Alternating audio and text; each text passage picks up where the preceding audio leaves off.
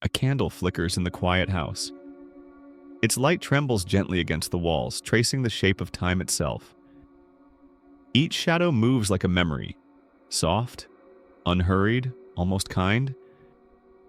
In this stillness, the air feels heavy with warmth, not fear. You can hear the faint hum of night, the sigh of old wood, the whisper of the wind through forgotten curtains. And as you breathe, slowly, deeply, the world begins to loosen its hold. Every thought, every worry, drifts like dust in the glow of that little flame. Because here in this story, nothing will harm you. Even the ghosts, when if they come, are gentle ones. They don't wish to scare you, they only wish to be remembered. So rest your hands, unclench your heart, and let the candle guide you toward stillness.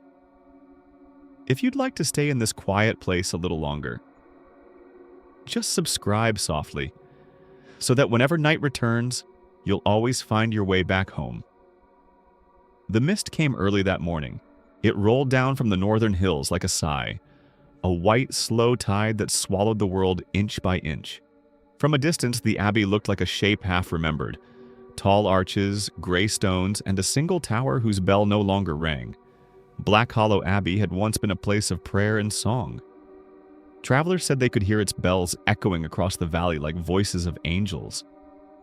But now the bells were silent. Only the wind moved through their mouths, making a hollow moan that felt less like sound and more like memory. Inside, the corridors breathed with stillness. The scent of beeswax lingered in the air, clinging to the wooden pews. Every footstep stirred centuries of dust that floated like golden snow in the thin light that slipped through cracked stained glass. Blue, green, and crimson shards painted trembling colors across the cold floor. In the center of the chapel, a single candle burned. Its flame was small, a lonely, defiant star in the wide, empty dark. Before it sat Elias. He was 12, though time had begun to blur for him. Days folded over each other like pages left unread. The monks had been kind to him once. Gentle voices, soft hands that taught him how to read the Psalms, how to tend to the gardens, how to listen for the silence of God between each breath. But the plague had come quietly, like a prayer gone wrong. First the coughing, then the fever, then the silence. Now Elias was the only one left. He sat cross-legged on the cold stone floor, his small fingers wrapped around the edge of the candle holder, as if holding on to the last warmth in the world. Outside, the rain began again, soft at first, then steady, tapping against the roof in a rhythm that sounded almost human. He looked toward the altar. The wooden crucifix above it was cracked down the center. The face of Christ was worn smooth by countless years of devotion, and yet the expression seemed gentler than ever, as though sorrow had softened it into something eternal. "Father Anselm," Elias whispered, the words trembling into the still air. He waited, half hoping for an answer, a voice echoing back from the shadows, or perhaps the soft rustle of robes.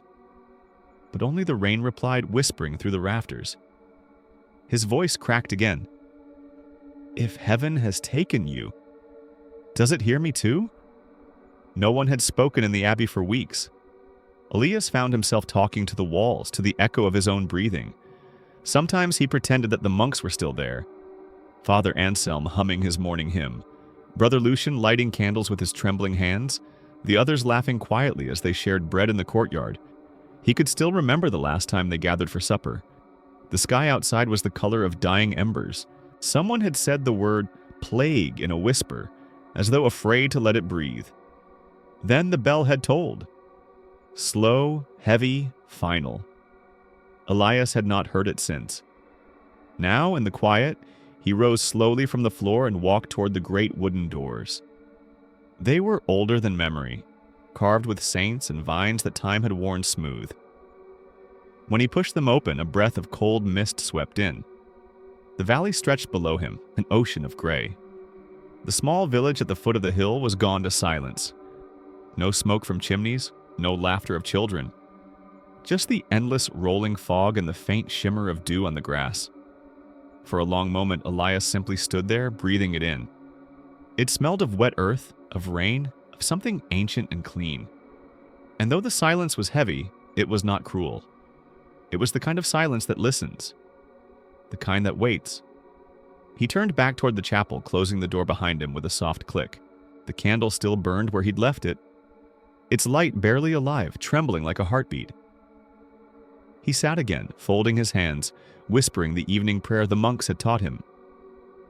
Light of mercy, guard the living, rest the lost, bind the sorrow to the stars. When he finished, the words hung in the air a moment longer, as if reluctant to fade. Then, faintly, something stirred. A sound. It came from deep within the abbey, far beyond the cloisters and locked doors. A faint chiming, delicate and uneven, like a bell swinging somewhere in the dark. Elias froze. His heart fluttered in his chest. All the bells had been still for months. He rose, candle in hand, its light wobbling across the cold stone floor. The sound came again, one note, then another, soft, uncertain, almost shy. He smiled, though he didn't know why. Perhaps it was only the wind, but as he turned toward the corridor, a strange calm settled over him. Maybe, he thought, not everything in this abbey had died. The bell chimed once more, and sweet and hollow, as the mist pressed close against the windows. And for the first time in many nights, Elias did not feel alone. Each morning came the same way. Gray first, then blue, then gold. The sun crawled slowly over the ridge, touching the roof of Black Hollow Abbey with pale fingers of light. The fog thinned, but it never vanished completely. It clung to the windows like breath on glass, reluctant to leave the dreaming world. Inside, Elias moved quietly through the corridors. His bare feet made soft sounds on the cold stone, and every echo sounded larger than it should have been, as though someone walked a step behind him, matching his rhythm, unseen. He did what the monks had once done. At dawn, he filled a small brass bowl with water from the well. The bucket creaked, the rope rasped, and the splash echoed up the empty shaft. The air smelled faintly of iron. He carried the bowl back to the chapel, careful not to spill a drop. There, beneath the watchful eyes of painted saints, he placed it on the altar. He didn't know what the Latin words meant, but he remembered their shape. The monks had whispered them before sunrise, voices weaving like smoke. Now Elias repeated them, soft and halting, letting the sound hum in his chest. Lux et pax, pax et lux, light and peace, peace and light. He had learned the meaning only from how they sounded, gentle, circular, like a lullaby for the soul. The Latin rolled from his lips like the murmur of rain. He bowed his head and closed his eyes, and when he opened them, the candle still burned. It had been the same candle since the first night he found himself alone. The monks had left behind hundreds of them, stacked in neat rows, but this one refused to end. He had watched it through every dusk, every midnight, every dawn, waiting for the wick to blacken, for the flame to surrender. It never did. Each morning the wax seemed smooth again, untouched, as though the night had been rewound and remade. He didn't question it. Children rarely do when faced with miracles, they simply love them. Elias called the candle his friend. Sometimes he spoke to it when the silence grew too heavy. He told it about the garden outside, where weeds now claimed the paths. He told it about Father Anselm's favorite hymn, the one that sounded like a river running through stone. He even told it about the dreams, the strange ones where the abbey was full again, filled with chanting voices, and he walked among them as though he belonged to both the living and the gone. The candle always listened. Its flame leaned toward him, flickering softly the way a hand might reach toward a cheek. At night, Elias would sit cross-legged before it, watching the wax form small translucent pools. The smell was comforting. Beeswax and dust and faint traces of rosemary from the monks' stores. Outside, owls called to one another through the mist. The world seemed half asleep. He found that if he listened long enough, he could hear the abbey breathe. The stones settled with sighs, the rafters whispered. Sometimes, beneath all of it, there was the sound of parchment rustling, though no books were left open. The first time he heard it, he followed it, barefoot through the hall, candle cupped in both hands. The light danced along the walls, brushing faded murals of angels and shepherds. The sound came from the library door. It was shut. It had always been shut. He stood there, heart thudding gently, and whispered, "Hello?" Nothing. Only the soft rustle again, like pages turning themselves. He almost smiled. Maybe it was the wind. The abbey had many cracks for the wind to explore. Still, he pressed his ear against the wood and whispered again, "I'll keep the light for you." When he returned to the chapel, the candle burned brighter. Its flame no longer wavered but stood tall and clear, as if it had heard him and approved. That night sleep came easily. He dreamed of the monks walking through the cloisters, their faces blurred but kind. Each one carried a candle like his, and when they passed, the air shimmered as though filled with gold dust. He dreamed that one of them paused beside him, a figure robed in gray, and bent down whispering, "Keep the light, little one. We are still here." He awoke before dawn. The candle still burned. For a long moment, Elias stared at it, barely breathing. The wick was new, smooth, white, unburned. He touched it, warm but whole. The wax beneath had hardened again into a perfect shape, the flame steady and bright. He whispered, "How?" The word drifted into the shadows. He thought of the bell he had heard the night before, the one that had chimed just once from somewhere deep in the abbey. He wondered if the two were connected, the bell that rang without a hand to pull it, and the candle that refused to die. A faint tremor ran through the air, so soft it could have been his heartbeat. The flame leaned again as though in answer, and then, far off, the bell rang once more. Low, distant, almost tender. Elias smiled through his fear. He bowed his head toward the candle and whispered, "Good morning." It burned on, brighter than before, its light slipping through the chapel like dawn before the dawn. Outside, the mist deepened again, wrapping the abbey in silence. Time folded over itself like a prayer unending. And within that silence, the boy who kept the light began to hum. That night, the wind came back.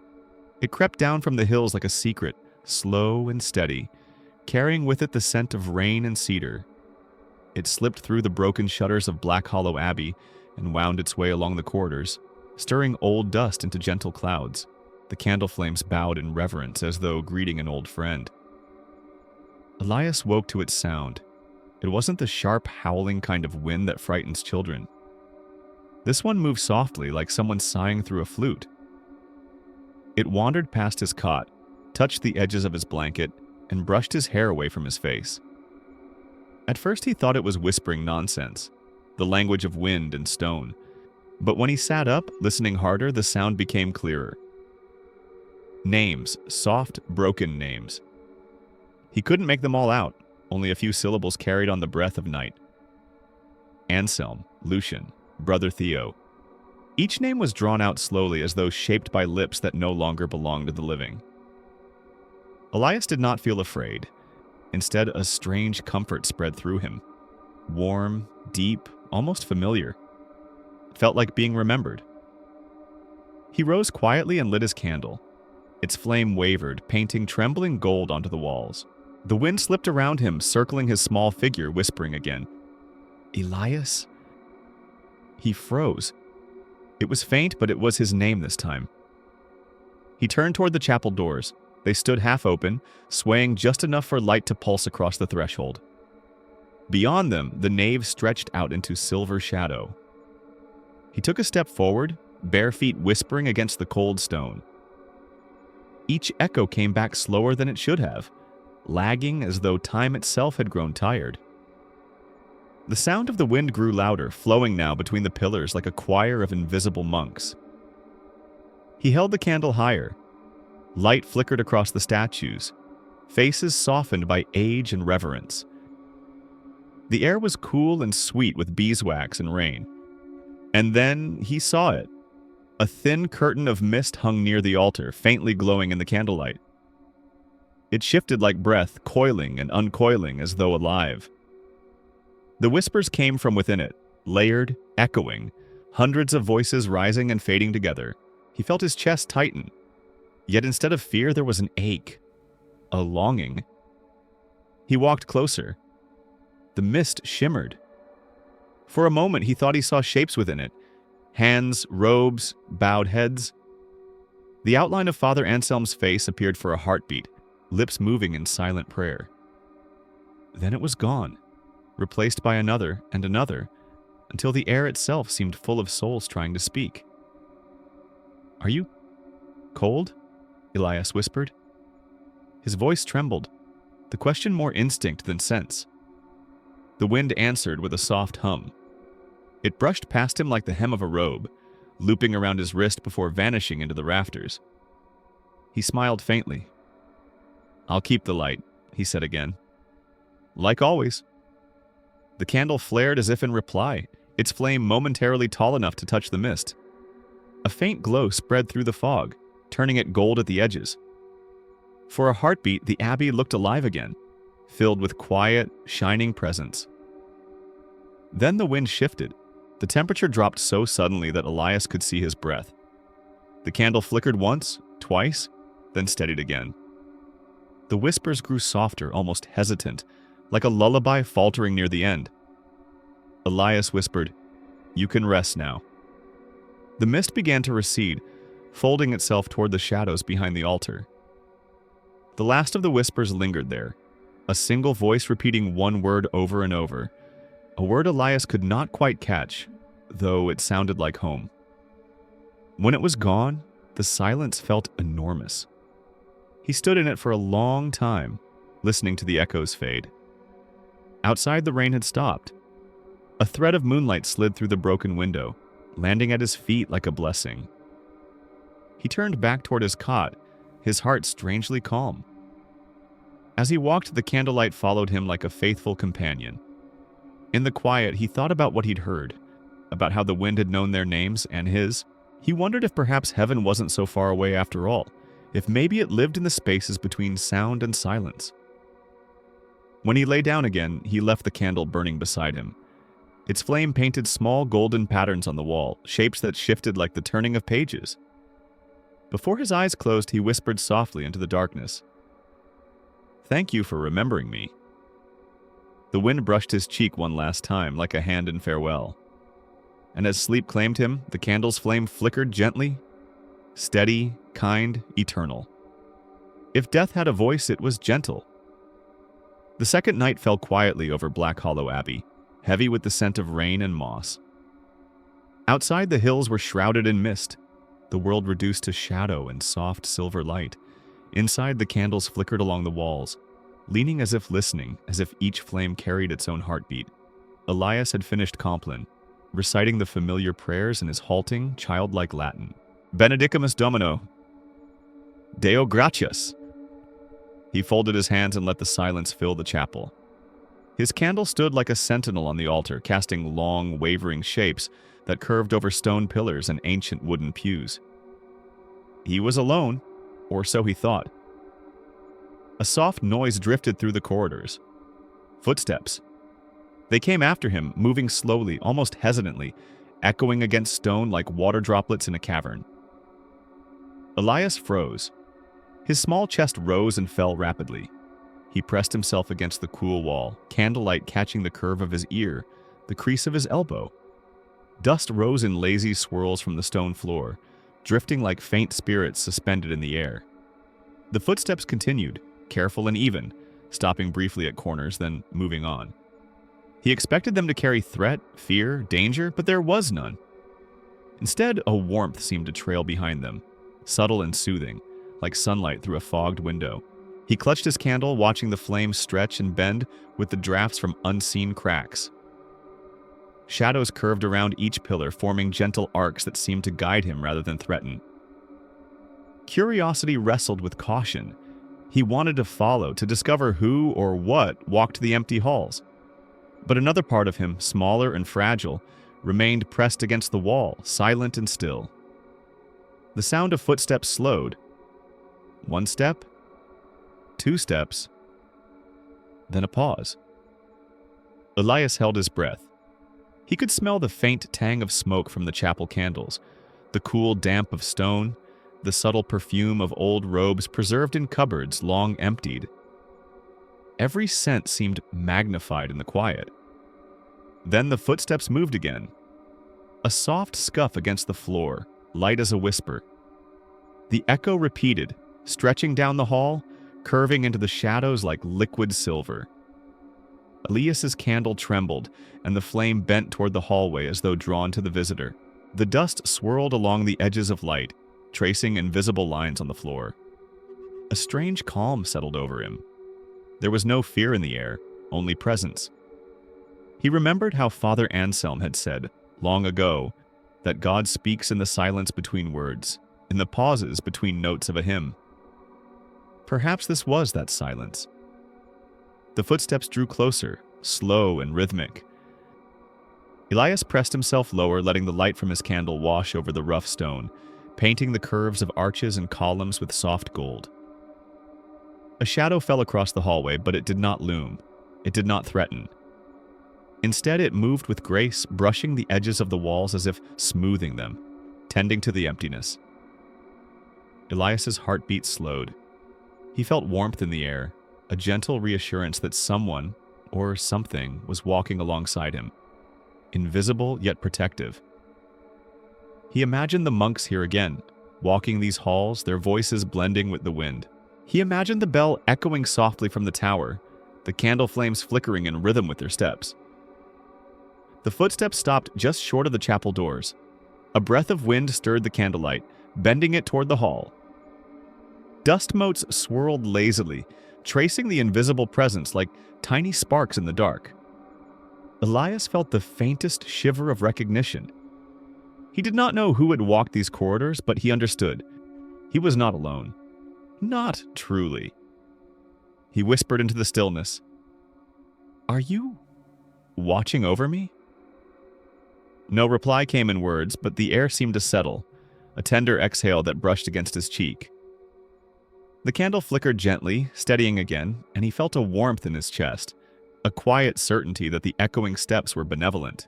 He watched as the shadows receded, curling back into the stone walls, leaving him in the soft halo of candlelight. The corridor, once ominous in its emptiness, now felt like a protected path. Elias rose slowly, letting his bare feet touch the cold stone. He imagined walking beside those invisible steps, matching their rhythm, feeling the quiet presence at his side. The wind brushed through broken shutters, carrying with it faint whispers of the hills beyond, of rain and moss and ancient stone. He reached the doorway of his small chamber. The candle's glow spilled in golden arcs across the floor. The hallway lay silent once more, but the warmth remained. Elias blew gently on the candle flame, watching it bend and settle into calm steadiness. He whispered a soft prayer, words he had invented himself. "Walk with me through the dark and guide the light." The abbey exhaled. The stones settled. The echoes vanished, leaving only the quiet that Elias had come to trust. And for the first time that night, he allowed himself to sit back, resting against the wooden doorframe, candle balanced carefully on his lap. The soft warmth lingered in the hall, a promise that he was not alone. Outside, the mist thickened once more, wrapping Black Hollow Abbey in a blanket of silver shadow. Inside, the candle flickered like a heartbeat in rhythm with the invisible presence that had passed. Dust rose and fell like breath. And Elias, small and steady in the quiet, felt for the first time a profound sense of safety. Even in the empty halls, even in the lingering shadows, he was not afraid. The corridor of echoes had whispered its message. Presence, warmth, guardianship. And though the steps had vanished, the calm remained.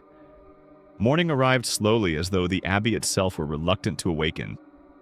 The mist clung to the hills outside, soft and silver, and the first rays of light crept through the broken stained glass, painting pale mosaics across the cold stone floor.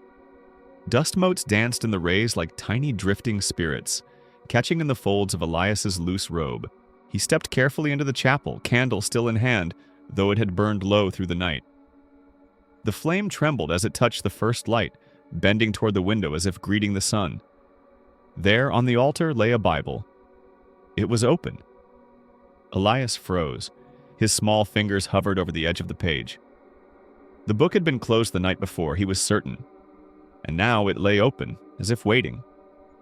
His eyes fell upon the verse, "Fear not, for I am with you. Be not dismayed, for I am your God." Isaiah 41:10. The words shimmered in the morning light. Elias's breath caught.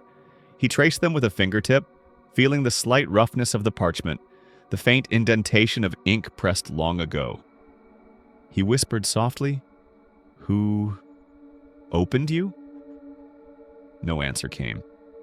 Only the quiet stretching of the chapel, the gentle bend of the candle flame, the soft sigh of the old stones. Elias stepped closer. He imagined the monks walking again through the abbey, robes brushing the floor, hands lifting the heavy books with care. Perhaps one of them had returned, if only in spirit. He wanted to leave something in return. Something for the one who had walked the empty halls in the night. From the small pantry he had learned to manage, he retrieved a piece of bread and a cup of water. The bread was a bit hard from sitting too long. The water was cold but clean. He placed them carefully beside the open Bible, a simple offering to whoever, or whatever, had moved among them. He whispered, "For whoever walks, if you are hungry, take this." The candle flickered as though in agreement. Elias smiled faintly. Perhaps it was the wind. Perhaps it was the memory of the monks. Perhaps it was something more. He did not know, and he did not need to. For the first time, he allowed himself to feel the warmth of connection. He was alone in body, yes, but the abbey was alive in ways he could not see. Its voice had many forms. He sat cross-legged on the stone floor, letting the candlelight pool around him. He imagined the one who had walked the corridors last night, seeing the bread, touching the page of the Bible, feeling the quiet care of a child who remembered them. The light fell on the stained glass windows, and the colors shifted gently across the walls. Red, blue, green, and gold shimmered like drifting whispers, tracing the arches and pillars with soft patterns. Elias traced them with his eyes, letting the warmth fill him from toe to scalp. Outside, a bird called from the misty hills, a single clear note. The sound seemed impossible here in the silent abbey, but Elias believed it. He imagined it was a messenger, a small miracle reminding him that life, however fragile, persisted. He closed his eyes, letting the stillness settle around him. The Bible lay open. The bread and water waited. The candle burned steady. And he listened for the faintest steps, for the softest whisper of wings, for any sign that the abbey's halls were not entirely empty. A moment passed. Another. Then, just as he was beginning to drift into quiet contemplation, a gentle warmth brushed against his hand. The candle's flame flickered once more, bending toward the altar. Elias opened his eyes. The Bible remained open, but the bread was slightly shifted. The cup of water trembled as though stirred by an unseen presence. He smiled, holding his breath. Perhaps it had been a monk, returned in spirit to keep watch. Perhaps it was the memory of all who had walked here before him. Perhaps it was something else entirely. It did not matter. The abbey had its secret, and he had his role. To keep the light, to tend the halls, to offer bread and water to the unseen guest. He whispered again, softly, almost as a prayer. "Stay with me, walk with me, rest if you must." The candlelight shivered, then held steady, golden and unwavering. The Bible's words glowed faintly in the morning sun. "Fear not, for I am with you." Elias's small heart filled with a quiet peace. He did not know who or what was here with him. He did not need to. The presence alone was enough. And as he left the chapel to begin the day, carrying the candle carefully in both hands, he knew that in Black Hollow Abbey, he was never truly alone. The halls whispered, the Bible waited, and the light endured. And somewhere, just beyond sight, a gentle warmth followed him, unseen but felt, like a memory walking beside him through the quiet stones. That evening, the abbey seemed even quieter than usual. The sky outside had faded to a deep violet, and the mist clung to the hills like soft wool. Candlelight shimmered against the walls, bending around arches and columns as though it had life of its own. Every shadow leaned gently toward the light, and the stones seemed to hold their breath. Elias knelt on the cold stone floor, the small brass candle burning at his side. His hands were folded, his lips moving in the half-remembered Latin prayers. Benedictus Deus, miserere nobis. The words were soft, carried lightly on the still air. He had recited them countless times alone, yet tonight something felt different, an awareness beyond his own. A faint stir brushed across the back of his neck, a motion so slight that he almost convinced himself it was the draft. Then a shadow formed beside him. It did not move like a person. It did not breathe or shift or make noise. And yet there it was, kneeling just beside him in perfect stillness. Elias's chest tightened, but not with fear. There was warmth in the air, a gentle, comforting heat that seemed to radiate from the presence itself. He dared to glance sideways. The shadow leaned slightly closer. It was shaped like a figure in a robe, faint, translucent, but he could not see a face. And yet somehow, he felt a presence that was familiar, tender, protective. His small hand trembled slightly as he touched the candle for reassurance. The flame danced softly, stretching toward the shadow as if reaching for an old friend. A gentle hand, weightless yet warm, rested on his shoulder. It was light as air, but the warmth seeped into him like sun on stone. Elias froze, a shiver of wonder passing through his spine. And then he heard it. A whisper. Not a hiss, not a murmur, but a voice soft as silk. It spoke his name. Elias. The pronunciation was perfect. Not the stammered, misheard way the other monks had always said it. This was exactly as his own ears had longed to hear it. Steady, exact, as if the name had been waiting for someone to say it correctly all along. He blinked, feeling a quiet swell of awe in his chest. His lips parted and he whispered back, barely audible, "You know me?" The shadow did not answer in words. Instead, a faint glow surrounded it, warm and golden, soft as dawn breaking through the fog outside. The hand on his shoulder pressed ever so slightly, comforting, and then withdrew, leaving him with a sense of presence rather than absence. Elias's breath came slowly, each exhale a soft cloud in the chill air. The candle flame quivered in rhythm with the quiet beat of his heart. He looked down at his hands, at the open Bible before him, its pages still glowing in the candlelight. "Fear not, for I am with you," it read, and now he understood, not just as words, but as a living truth.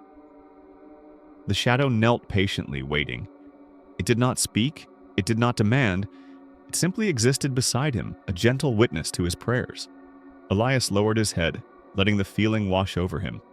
The abbey had been quiet, yes, but never empty. It had always held life in its stones, in its shadows, in the spaces between candlelight and darkness. And now he knew life had a shape he could feel, even if he could not see it fully. He whispered softly into the calm air, "Thank you for staying with me." The hand on his shoulder returned for a heartbeat, warm and light, and then the shadow dissolved, folding into the walls, into the flickering candlelight, into the silence of the chapel itself. Elias remained kneeling, eyes closed, breathing slowly, feeling both wonder and serenity. The fear one might expect in the presence of a ghost or a shadow was entirely absent. There was only calm, only awe, only the quiet joy of connection beyond understanding. He realized with a gentle shiver of recognition that he had never truly been alone. The abbey, the candle, the whispers, the footsteps, and now the shadow. They were all part of a circle that had waited for him to notice. A circle that held him safe, even in the stillness of the night. The candle flame stretched one last time toward the empty air, then settled, steady and golden. Elias breathed in the warmth and let it fill him, sinking into the calm. Outside, the mist swirled around the abbey like a soft blanket. Inside, the stones held the memory of the shadow, and somewhere between light and dark, a small boy knelt in awe, feeling the gentle touch of presence that had always been there, unseen but never absent. And in that still, silent wonder, Elias knew something profound. Even the unseen, even the departed could bring comfort, healing, and peace. He rested there until the candle flickered low, listening to the faint echo of the night. And when his eyes finally closed, it was not in fear. It was in calm wonder. The morning mist still clung to the hills surrounding Black Hollow Abbey, softening the world into silver-gray curves and distant, hazy shapes. Inside, the cold stone corridors held their familiar quiet. Yet Elias sensed something different that day. A subtle hum beneath the silence, like the faint vibration of a distant bell. He knelt at the altar, hands folded over each other, lips moving in the familiar rhythm of his prayers. Domine, exaudi me. And then he heard it. A voice. At first it was faint, so soft he thought it might be the wind echoing through the corridors. But the sound persisted, growing clearer with every syllable. Layer upon layer of voice, low and harmonious, wove together beneath his own chanting. He stopped mid-prayer and listened. It was unlike anything he had ever heard. Ancient, deep, resonant, the voices seemed to rise from the stones themselves. They sang, but not in words he could understand. The sound was a weave of tones and murmurs, like a hymn trapped between time and memory. Elias's candle flickered, leaning toward the sound as if drawn by invisible hands. Shadows stretched along the floor and walls, swaying in gentle rhythm with the music. Dust floated lazily in the beams of morning light, creating soft, golden clouds that danced around him. He rose slowly, lifting the candle higher. Each step echoed faintly, but the sound was softened by the low hum, folded into the singing. He moved closer to the center of the chapel, where the voices seemed to converge like threads in an unseen tapestry. The air was thick with a sweet warmth. It carried the faint perfume of old wood and beeswax, of parchment long untouched, and something subtler. Something like the memory of incense that had not burned in decades. Elias opened his eyes wider. The shadows seemed to deepen, taking on shapes that were not frightening, only mesmerizing.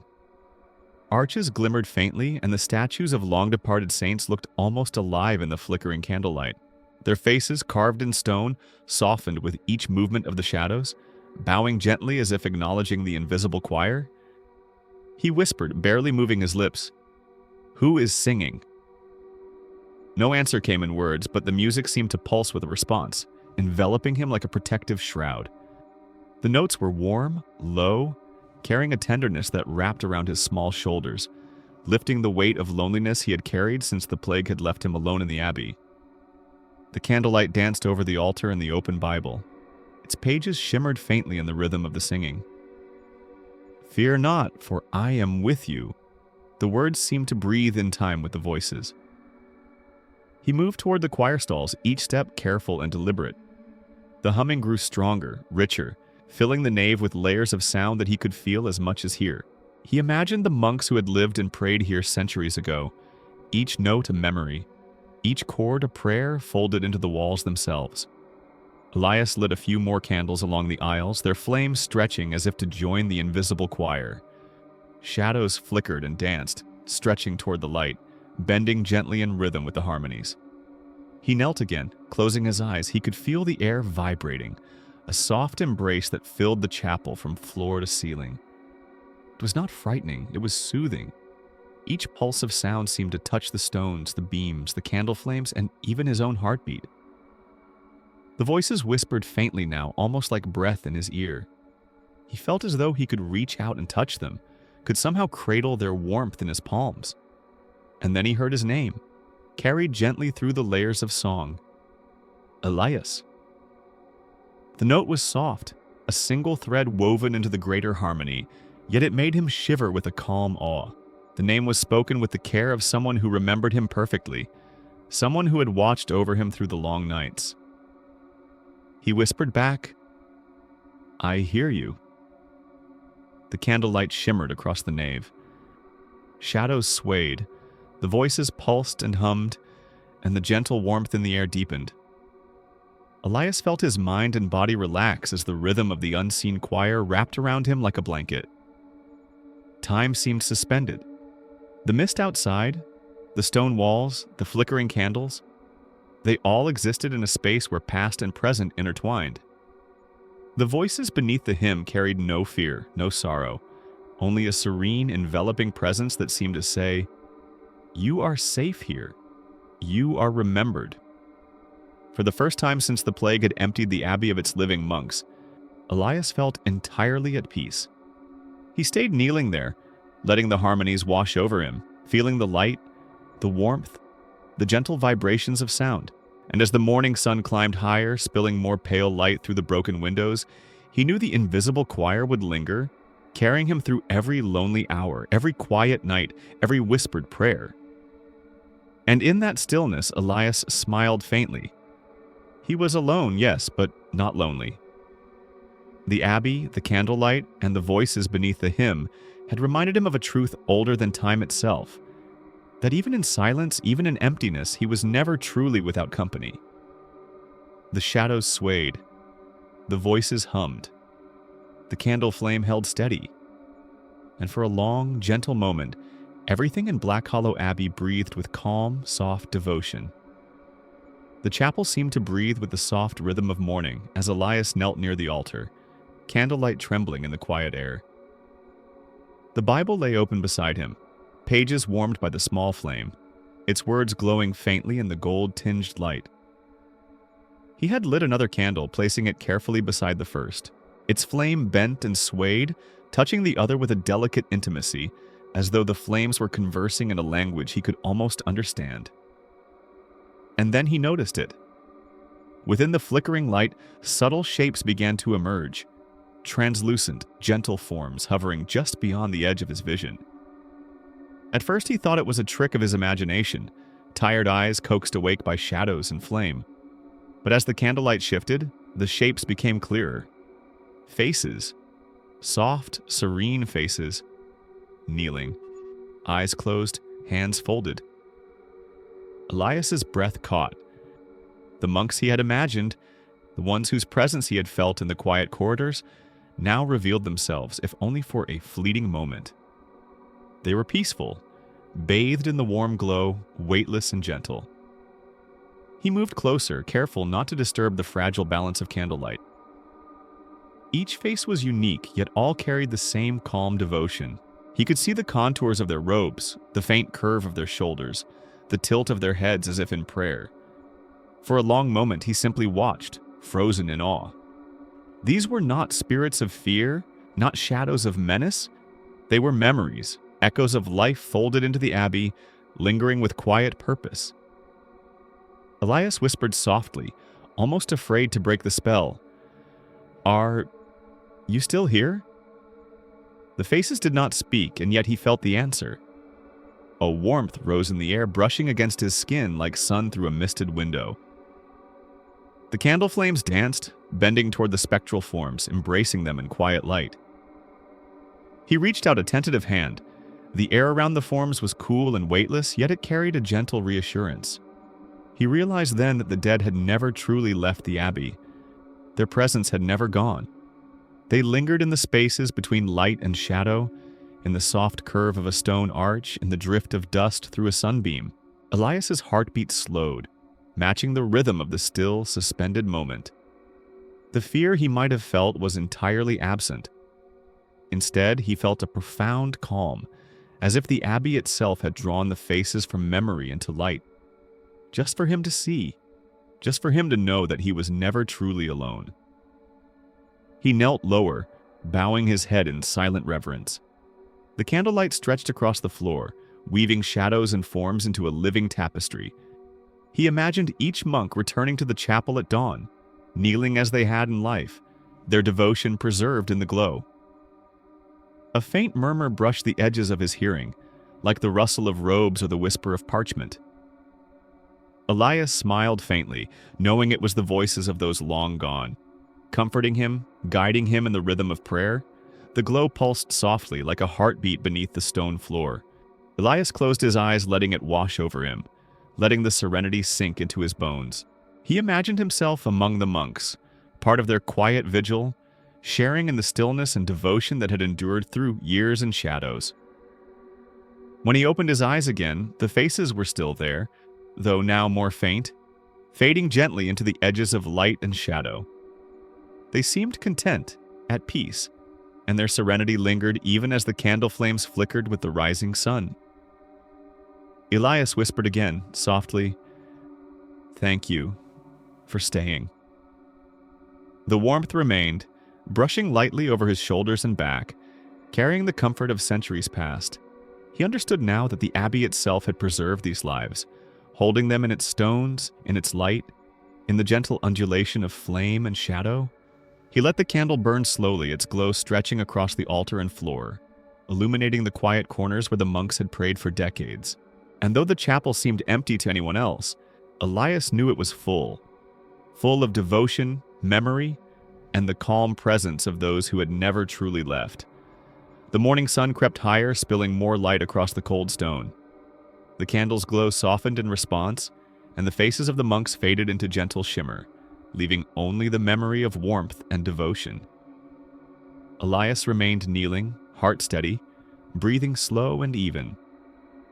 The abbey whispered its quiet reassurance, presence, serenity, and care held in every stone and every candle.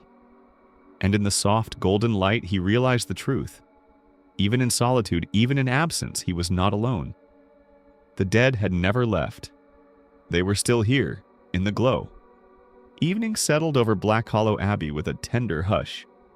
The last light of day brushed through the high, narrow windows, casting elongated stripes of gold across the cold stone floor. Candles flickered along the nave, their flames bending like gentle dancers, filling every corner with warmth. Elias knelt before the altar, the small brass candle trembling slightly in his hands. He had spent the day listening to the shadows, watching the faint, glowing faces of the departed monks as they lingered in the candlelight, and a longing had grown quietly in his chest. I wish I could pray like you," he whispered softly, voice trembling with awe. "Could you teach me?" For a long moment the chapel held its breath. The candlelight flickered, stretching across the altar, bending toward him like a tender embrace. And then, very softly, he heard the voices. Not words in the usual sense, but a gentle urging, a chorus that seemed to flow from the air itself. He closed his eyes and listened. Layered and harmonious, the tones shaped themselves into Latin syllables, ancient and melodic. Dominus illuminatio mea et salus mea. Elias repeated them cautiously, mimicking the soft lilt of the Spirit's voices. Each word trembled on his tongue, unpracticed yet sincere. At first, nothing happened. The chapel remained quiet, the shadows steady, the candlelight unchanging. Then as his voice grew steadier, a subtle warmth brushed across his shoulders. The air seemed to hum, not with sound, but with gentle resonance, a vibration that filled the stones, the arches, the flickering candles themselves. He repeated the prayer again, louder this time, confidence growing, and that's when he noticed it. Small motes of dust rising from the floor. They floated upward, catching the candlelight, shimmering with a soft golden glow. Elias blinked. The particles twirled and spiraled like tiny, luminous feathers, drifting slowly in the warm air around him. Each one glimmered as if lit from within, carrying with it the quiet devotion of centuries past. The candlelight stretched toward the shimmering dust, highlighting the subtle glow of the monkly faces in the shadows. One spirit, kneeling just beside him, lifted the faintest of smiles. Though its form was translucent, the warmth in that smile reached Elias's heart like sunlight through mist. He whispered the prayer again, this time with reverence and wonder. Dominus illuminatio mea. The luminous feathers drifted higher, brushing against his cheeks, brushing through the arches, settling softly on the altar and floor. Each touch was gentle, like the caress of a breeze carrying memories of devotion and care. Elias felt a calm warmth seep through him, filling every corner of his small body, knitting together the quiet ache of loneliness he had carried since the plague had taken everyone from the abbey. He looked around, eyes wide, and the candlelight seemed to pulse in response, bending toward the dust and the spirits in silent recognition. The monks' faces glimmered faintly in the golden glow, serene, peaceful, bathed in light. Their presence was neither frightening nor sad. It was sacred. Elias lowered his head, letting the small, luminous feathers brush his hands. He felt a profound awe settle over him, a sacredness that seemed to flow through the air, the stones, and the candlelight itself. He was kneeling in the heart of centuries, in the quiet pulse of the abbey, in the lingering devotion of those who had come before. "Thank you," he whispered, voice barely audible, "for teaching me, for staying." The spirits remained, watching, smiling faintly, and the feathers drifted lazily toward the flickering light. They did not demand anything of him, nor did they leave. Instead, they filled the chapel with calm, sacred warmth, a reassurance that devotion, care, and memory endured beyond the reach of death. Elias let his hands rest on the stone floor, feeling the tiny vibrations of the luminous dust. He felt connected, part of a circle larger than himself, a quiet chain of prayer and presence stretching across time. The candle flame shivered once, then burned steady, golden and unwavering. The shadows of the monks remained, kneeling, serene, guardians of memory and devotion. And as Elias rose slowly, breath steady, heart full, he understood something profound. Even in solitude, even when the world outside was dark and uncertain, sacred moments like this could fill the soul with calm, with healing, and with awe.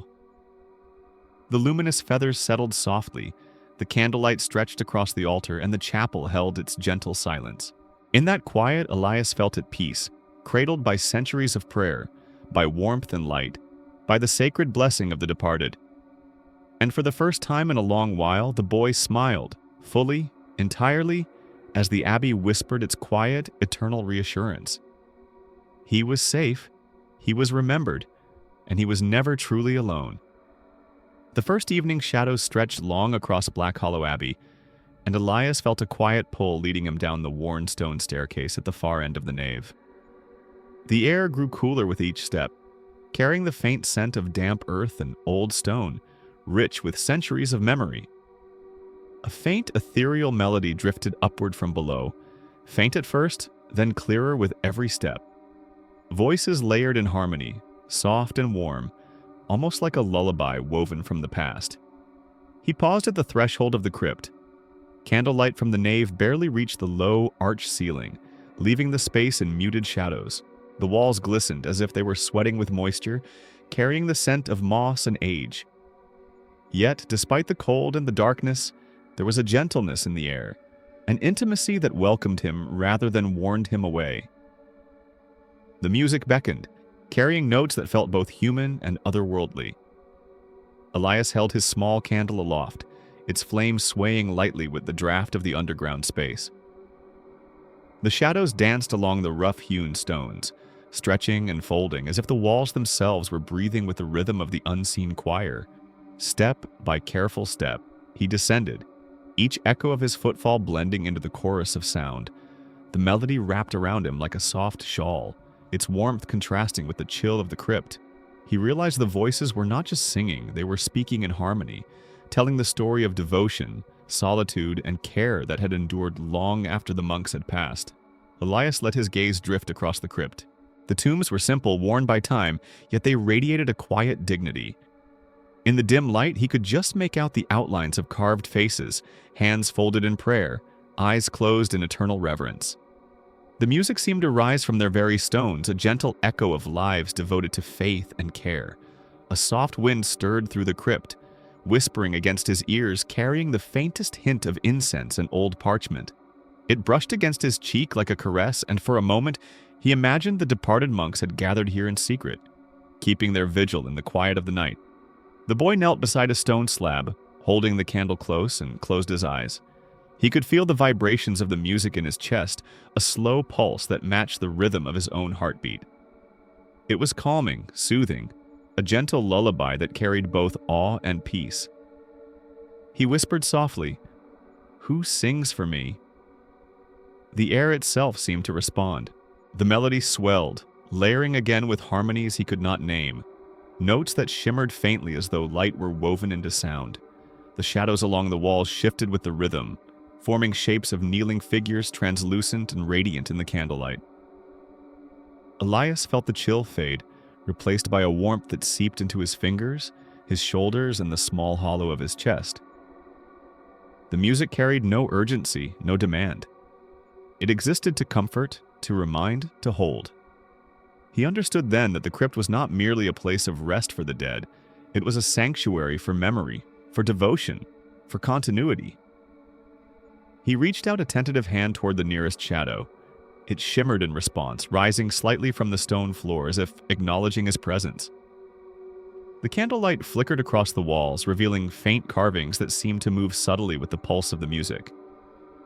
The melody softened, then rose again, carrying with it a sense of sacredness, a quiet awe. Elias felt tears prick the corners of his eyes, not of fear, but of reverent wonder. The music, the shadows, the light, and the air itself were a gentle embrace, a reassurance that life and memory endure beyond what the eye can see. The final notes of the chant lingered in the cool air, vibrating gently in his ears and chest. Elias lowered the candle to the floor, letting the soft, golden glow spread across the crypt. He knelt, head bowed, breathing slowly, feeling the warmth of unseen hands brushing his shoulder, the faintest pressure of presence beside him. And in that moment, he understood a truth deeper than any he had learned in his short life. That even in the coldest, darkest corners, there is warmth. Even in silence and absence, there is song. And even in the company of the departed, one can feel alive, held, and profoundly safe. The boy rose slowly, eyes lingering on the shadows and tombs, feeling a sacred awe settle into his bones. He turned back toward the staircase, carrying the memory of the melody with him, knowing it would echo in the quiet corners of the abbey for the nights to come. The candle flame stretched once more, embracing the crypt with soft light, and Elias whispered a final, gentle thanks. "Thank you for staying with me."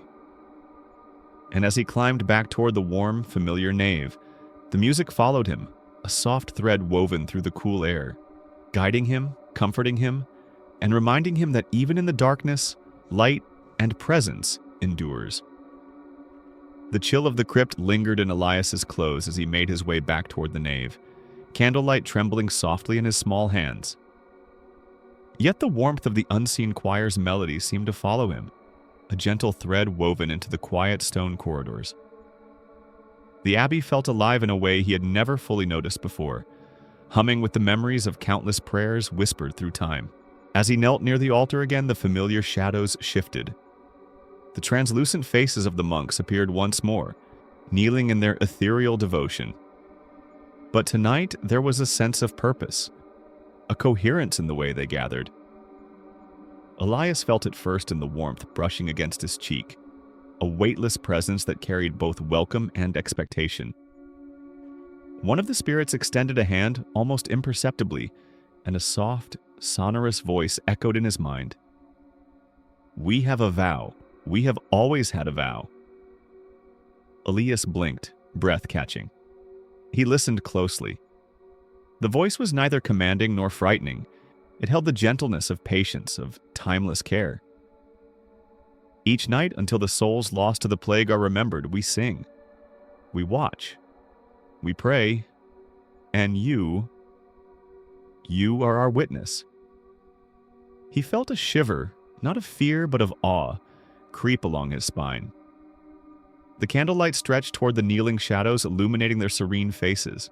Each monk's expression was tranquil, devoted, holding centuries of purpose and quiet courage. Elias whispered, his voice trembling softly, I will remember. I will watch." A warmth rose from the floor, brushing through his fingers, curling around his small shoulders. He imagined the abbey centuries ago, the same halls filled with monks who had prayed, tended the sick, and sung in the dim light of the chapel. Now, through the miracle of memory and devotion, their voices continued, bridging the gap between life and the unseen. The candlelight flickered and he saw it, subtle glimmers rising from the stone floor, like soft golden threads weaving upward into the air. They formed a delicate glow, faint yet persistent, stretching toward the kneeling shadows. It was as if the monks' vow had taken a tangible form, the essence of their commitment made visible to Elias alone. He knelt, heart steady, feeling the pulse of their presence in rhythm with the quiet beat of his own chest. The shadows leaned closer as if to ensure he understood the weight and the grace of the covenant they had made. "You are our final witness," the voice whispered again. "Without you, our prayers would drift unheard. With you, they carry through the centuries." Elias felt a profound reverence settle into him. Though he was a boy alone in the abbey, he carried the responsibility of memory. The air shimmered softly, the candlelight pulsing in response to the unspoken bond forming between him and the departed monks. He closed his eyes and let the warmth wash over him, imagining every lost soul touched by their devotion. The abbey itself seemed to breathe in acknowledgement, stone arches and dusty floors resonating with quiet affirmation. Elias could almost feel the whispers of the forgotten, the souls who had perished during the plague, rising gently to the choir, acknowledged, remembered, and cradled in the steady, unbroken devotion of the monks. Softly, he repeated the prayer they had taught him, voice small but confident. Dominus illuminatio mea, et salus mea. The shadows responded in kind, their forms shimmering faintly, leaning into the light. A delicate warmth brushed his cheek once more, carrying with it the sense of ancient purpose, care, and protection. He felt part of the vow now, a bridge between the unseen and the living. The candlelight stretched, touching each corner of the chapel. Dust motes swirled in the golden glow, drifting gently like the luminous feathers he had seen before, carrying the memory and devotion of monks long departed. Every flicker of light, every soft shimmer in the shadows, seemed to affirm their sacred mission. Elias stood slowly, keeping his gaze on the kneeling monks. He understood that their voices would rise tonight and every night henceforth, until every forgotten soul of the plague was remembered, and he, the last living witness in Black Hollow Abbey, would bear silent witness with them, holding their devotion, their memory, and their sacred light in his own small heart. He whispered one last time, "Your vow is safe with me." The candle flame stretched high, steady and warm, illuminating the shadows that leaned closer in gentle acknowledgement. The crypt, the nave, and the entire abbey seemed to vibrate softly with the resonance of purpose fulfilled, devotion continued, and memory preserved. Elias took a deep breath, feeling the calm, sacred awe settle into his bones. Even in solitude, even in the echoes of loss, there was warmth, there was light, and there was continuity. Tonight and every night the choir of the departed would sing, and he would listen, a witness, cradled by the sacred covenant of light. The evening had deepened into a velvet darkness that wrapped Black Hollow Abbey in stillness. Candlelight flickered along the nave, stretching shadows into quiet arches and corners, painting the stone floor with trembling gold. Elias knelt once more near the altar, holding the small candle that had become his companion, its flame bending like a listening ear. Tonight the ethereal choir called to him again. The soft, layered voices of the departed monks rose from the crypt below, warm and enveloping, carrying the gentle rhythm of devotion and memory.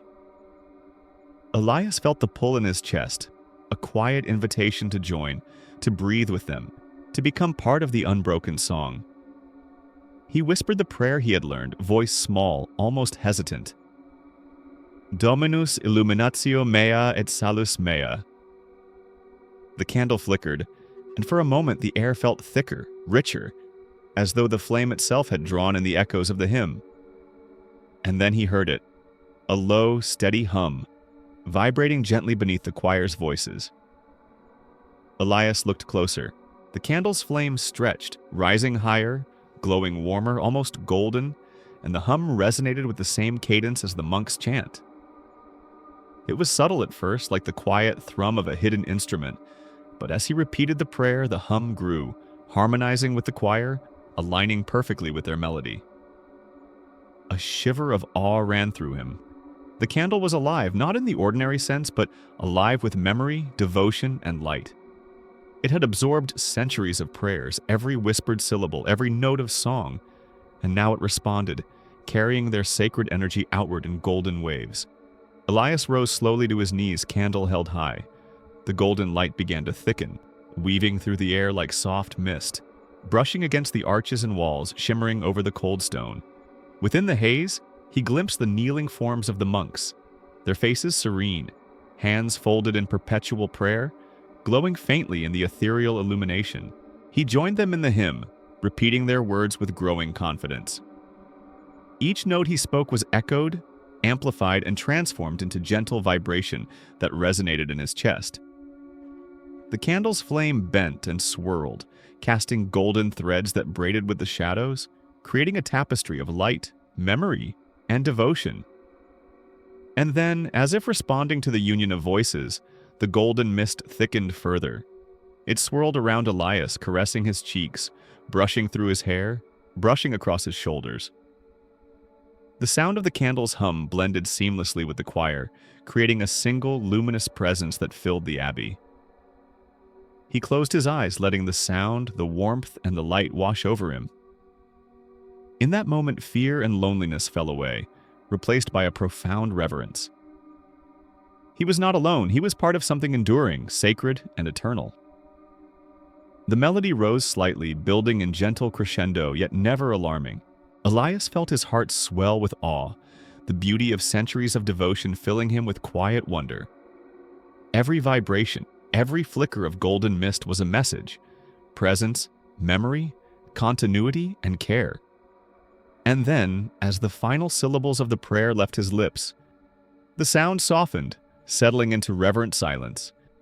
The candle hummed softly, a quiet heartbeat aligned with the lingering echo of the choir. The golden mist drifted lazily through the nave, settling like a tender veil over the stone floor. Elias knelt in the glow, breathing slowly, feeling the warmth of the flame and the unseen hands of the monks brushing lightly over him. The chapel held its calm, sacred stillness, every shadow, every arch, every flickering light a testament to the enduring devotion of the departed. He whispered softly, barely audible, a prayer of thanks. "Thank you for letting me be with you." The golden mist thinned slowly, leaving traces of light on the stone floor. The candle flickered steadily, alive with the resonance of centuries. Elias felt a deep sense of peace settle within him, a calm that carried both awe and healing. And as he rose, ready to leave the nave, he understood fully. The choir would sing each night, the candle would hum, and he, small, living witness, would carry the memory, the devotion, and the sacred light within his heart. The eternal choir would continue. And in its quiet, golden glow, he was safe, he was seen, and he was profoundly, beautifully at peace. The night draped Black Hollow Abbey in a cloak of restless darkness. Elias sat alone near the altar, the small candle flickering in his hands like a timid heartbeat. Outside, the wind rose suddenly, sweeping through the narrow arches and rattling the wooden shutters.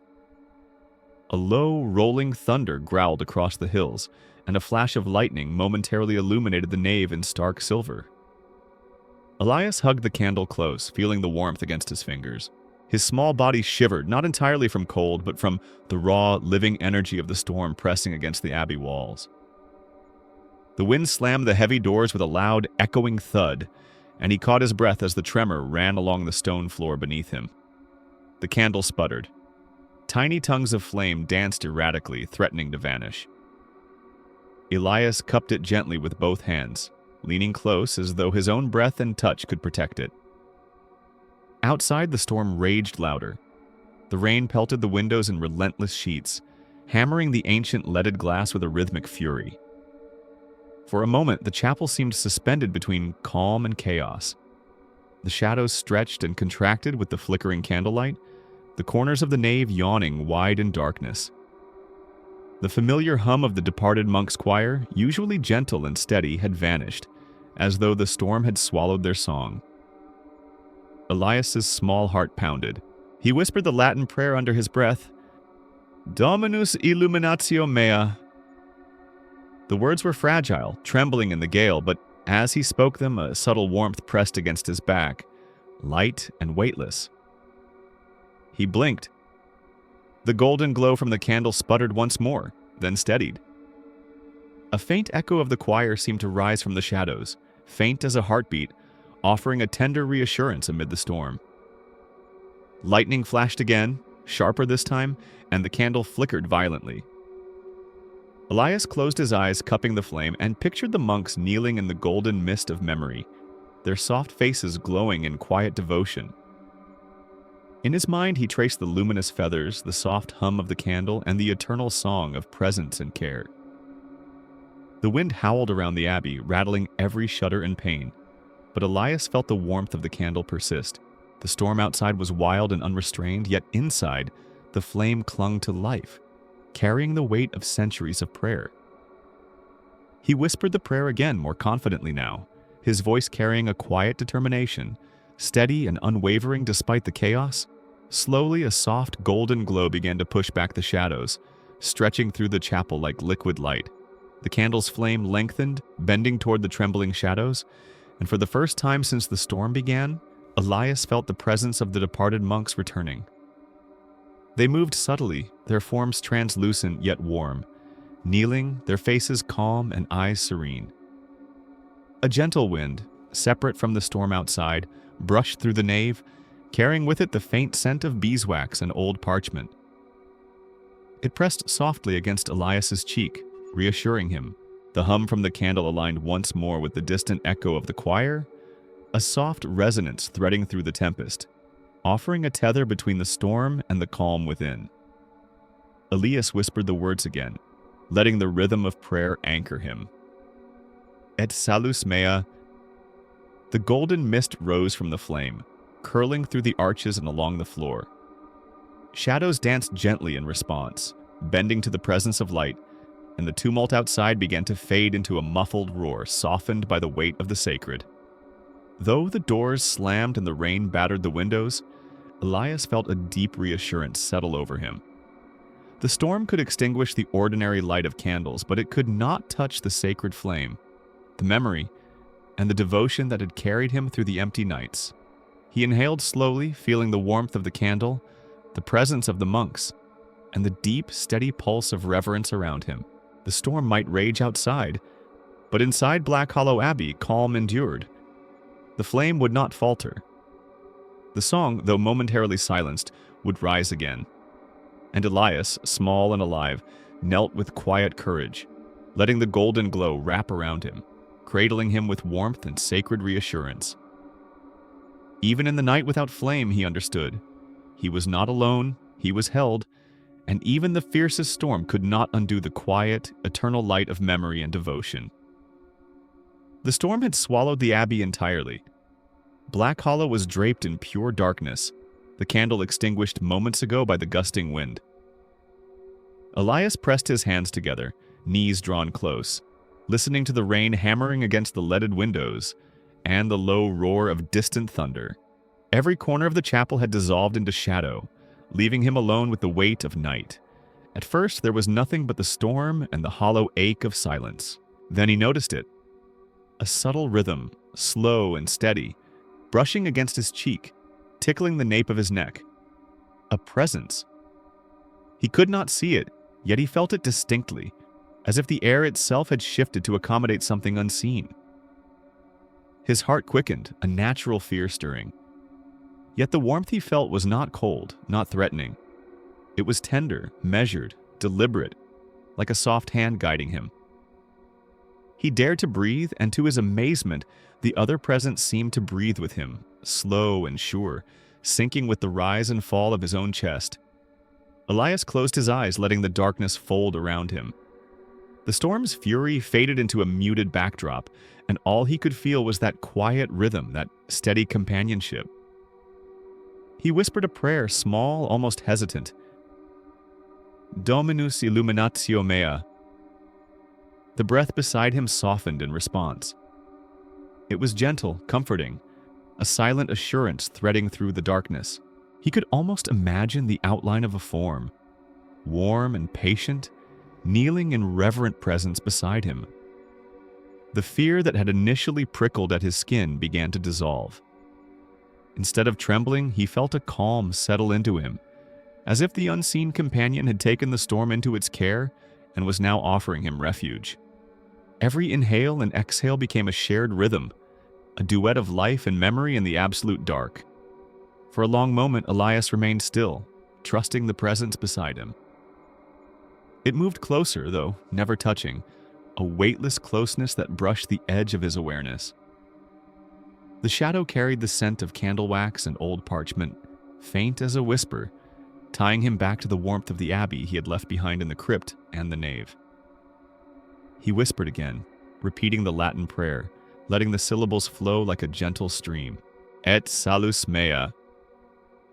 The breathing beside him seemed to echo the cadence of his voice, soft and subtle, a partner in prayer, a reflection of devotion. Each syllable he spoke was mirrored in warmth, a tactile resonance that reassured him. He was seen, he was accompanied, he was safe. Lightning flashed outside, illuminating the chapel briefly, but Elias did not flinch. In that instant, the presence beside him seemed to expand, radiating a soft pulse of comfort, holding the darkness at bay. The storm could rage, the wind could batter the abbey walls, and yet inside the intimate circle of that shared breath, the night was calm, almost tender. He dared to open his eyes, peering into the shadows. Shapes remained indistinct, hazy, and fluid, yet the darkness was no longer threatening. He sensed the presence in a new way, patient, watchful, protective. It exhaled a slow warmth, a promise without words, aligning with his heartbeat and his breath. Elias lowered his hands from his knees, letting them rest lightly on the stone floor. He focused on the sensation beside him, the rhythm of shared life and unseen care. Fear had not vanished entirely, but it had softened, transformed into reverent awe. In the darkness, he felt the continuation of the candle's golden light, now carried within the steady pulse of this quiet presence. He whispered a final, gentle acknowledgement. "Thank you for being here." The storm outside remained fierce, but Elias felt anchored, tethered by the unseen companion, the sacred rhythm of breath and life. He closed his eyes once more, letting the dual heartbeat of air and presence lull him, a quiet meditation in darkness. The abbey no longer seemed empty. It was filled with gentle guardianship, a soft current of warmth beneath the unbroken shadow. And so Elias surrendered to the night, breathing in sync with the unseen, letting the darkness cradle him, carrying him into calm, reverent wonder. The rain still hammered the abbey's roof, drumming in unrelenting sheets against the ancient timbers. Elias sat alone on the cold stone floor, knees tucked to his chest, feeling the dark weight of night pressing around him. His small hands had once held the candle, but now its flame was extinguished, leaving him in a hollow, silent gloom. And then he heard it, a whisper, soft and delicate, threading through the roar of the storm. It was not the wind, nor the rain, nor the distant rumble of thunder. It carried the intimacy of touch, of being seen, of a secret shared. "You are the light now." The words brushed against him, curling around his ears and settling deep in his chest. Elias froze, his breath catching in the quiet space between heartbeats. It was neither frightening nor commanding, but tender, imbued with something older than the abbey itself. He closed his eyes, letting the voice sink into him, and felt warmth spreading across his chest. At first it was subtle, like a small ember glowing beneath layers of cold. Then it grew, a soft, steady flame, pressing gently under his skin, pulsing in tandem with his heartbeat. Elias's small hands instinctively moved to his chest, feeling the light there, not burning, but humming with a quiet, sacred energy. The abbey around him, still drenched in storm and shadow, seemed to bow in recognition. The walls echoed faintly, carrying the whisper of long-departed monks who had once tended the sick, sung in devotion, and prayed in the dim light. He whispered back, almost breathless, I am here. I will carry it. The warmth spread further, filling his limbs, moving through his fingers and toes like golden rivers of light. Each breath he took seemed to feed the flame, aligning with the rhythm of the choir he had once heard, the eternal song of memory and devotion. For a moment, he felt weightless, suspended between storm and sanctuary, darkness and radiance. The abbey's shadows seemed to soften, bending toward him, cradling him in quiet reverence. Rain still hammered the roof, but it now felt distant, a gentle percussion rather than a roar. Elias opened his eyes. The world remained shadowed, storm-laden, yet the light within him glowed steadily, small but unwavering. He could feel it in his chest, in the gentle warmth across his shoulders, and in the subtle pulse that aligned with the breath of the unseen companions he had grown to trust. A soft breeze slid through the shattered shutters, carrying the scent of damp stone and beeswax, and with it came a faint hum, delicate as a heartbeat, rising from the golden flame that now seemed part of him. The abbey was alive in new ways, alive with memory, devotion, and now his own inner light. He whispered again, voice low but steady, "I will keep it for them, for all who were lost." The words hung in the storm, carried outward in a tremor of warmth and unseen energy. Elias felt the connection extend beyond his small body, stretching into the empty nave, the cold stone floor, the arches and shadows, and even into the distant hills beyond the abbey. And in that suspended moment, he understood. The candle that once flickered in his hands had never truly left him. Its light had transferred, a sacred inheritance, a responsibility, and a gift. He could carry the warmth, the memory, the song of the departed, and the gentle, sacred awe of the abbey itself. Slowly he lay back on the stone floor, letting the light within him pulse gently, synchronized with the distant storm and the echoing rhythm of life. Outside, rain fell, wind screamed, and the night rumbled. But inside, Elias was a quiet sanctuary. His inner flame glowed beneath his skin, soft, unwavering, carrying both remembrance and calm. He closed his eyes fully, letting the warmth cradle him, feeling the subtle hum of the eternal choir and the gentle glow beneath his heart. For the first time, alone in the darkened abbey, he felt complete, held, luminous, and at peace. And the whisper came again, faint as the pulse of golden light. "You are the light now, and all is remembered." Elias exhaled slowly, letting the storm fade into distant rhythm, letting the inner flame carry him into quiet, reverent wonder, ready for the calm that the coming night promised. The abbey lay silent, suspended in a stillness that made the air feel almost tangible. Outside, the hills were veiled in a gray fog, a morning that never arrived. No sun peeked over the distant ridges, no light chased away the long shadows. It was as if time had paused, leaving Black Hollow Abbey in a world caught between night and day. Elias moved slowly through the nave, his steps soft against the cold stone floor. The warmth that had kindled within him, an ember that had once seemed fragile, now spread steadily through his chest. It pressed gently against his ribcage, traveling to his fingers, his toes, and across his shoulders. Even in this suspended morning, the glow inside him radiated a calm assurance, a quiet power that required no words. He breathed deeply, inhaling the faint scent of damp stone, aged parchment, and lingering beeswax. The stillness was not empty. It held memory, devotion, and the echo of the monks' hymns. In the hush, he could feel the soft, persistent rhythm of his inner flame, pulsing in sync with a heartbeat that seemed larger than his own, like the abbey itself had adopted him as its caretaker. Elias paused before the altar, placing his small hands lightly on the cold stone. The candle he had once held was gone, yet its essence lingered in him, a tender, luminous echo that filled the shadows with warmth. He whispered a prayer, low and deliberate, "Dominus illuminatio mea." The words lingered in the still air, vibrating gently as if the abbey itself listened. No voice answered, no shadow stirred.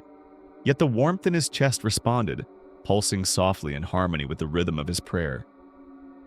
A subtle hum tickled the edges of his awareness, faint but comforting, the echo of centuries of devotion carried within him.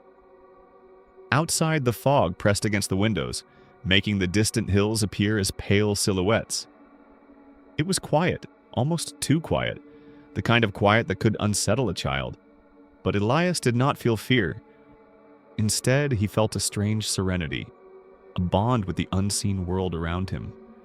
The inner flame within his chest had become a gentle compass, guiding him through the still air, anchoring him to life, memory, and the sacred calm of the abbey.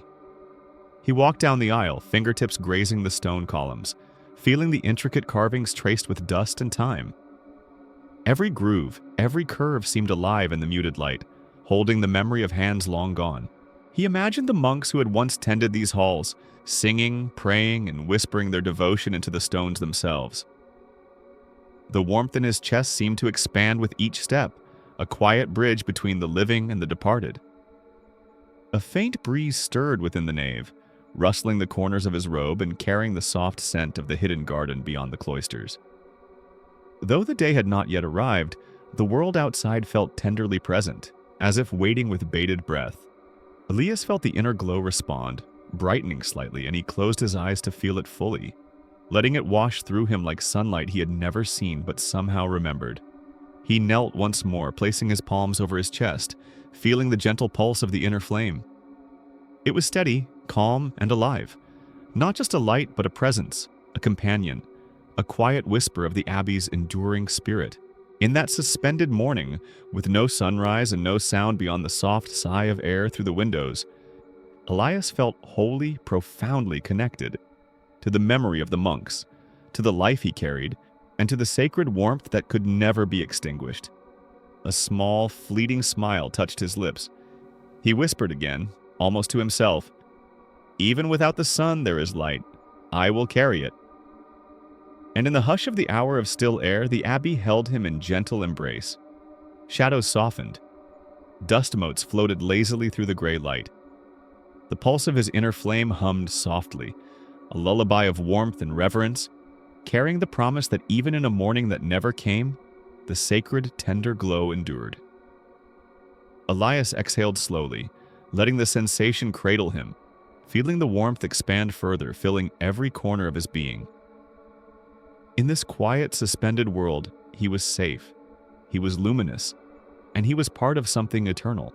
Elias stepped quietly through the cloister doors, the inner flame within him guiding each careful footfall. The storm from the night before had passed, leaving the abbey draped in a thick, silvery mist.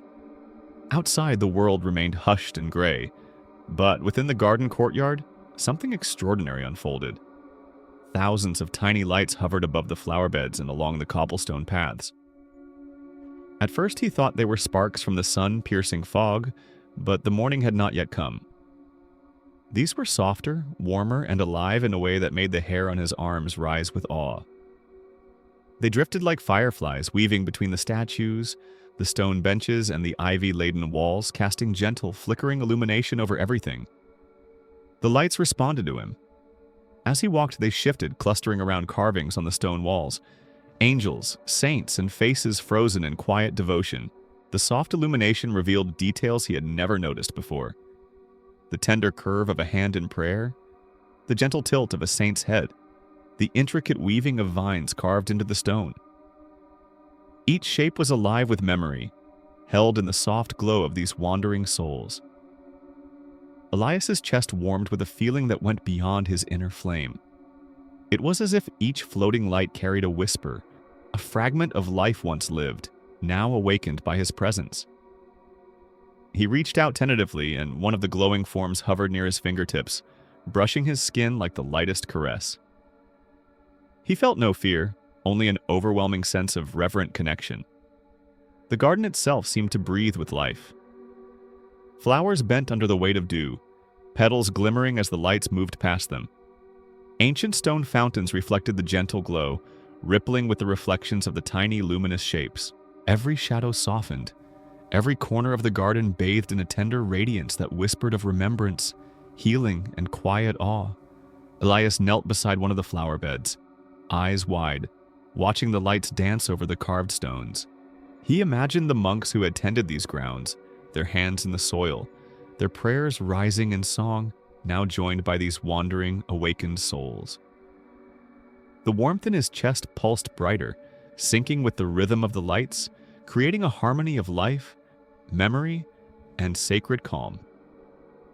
A soft breeze stirred the ivy overhead, and the lights swirled in response, drifting higher, spinning gently as though performing a slow, celestial dance. Elias felt himself becoming part of that dance, a witness and participant at once. The garden held him in a gentle embrace, each flicker a reminder of the continuity between the living and the departed, the seen and the unseen.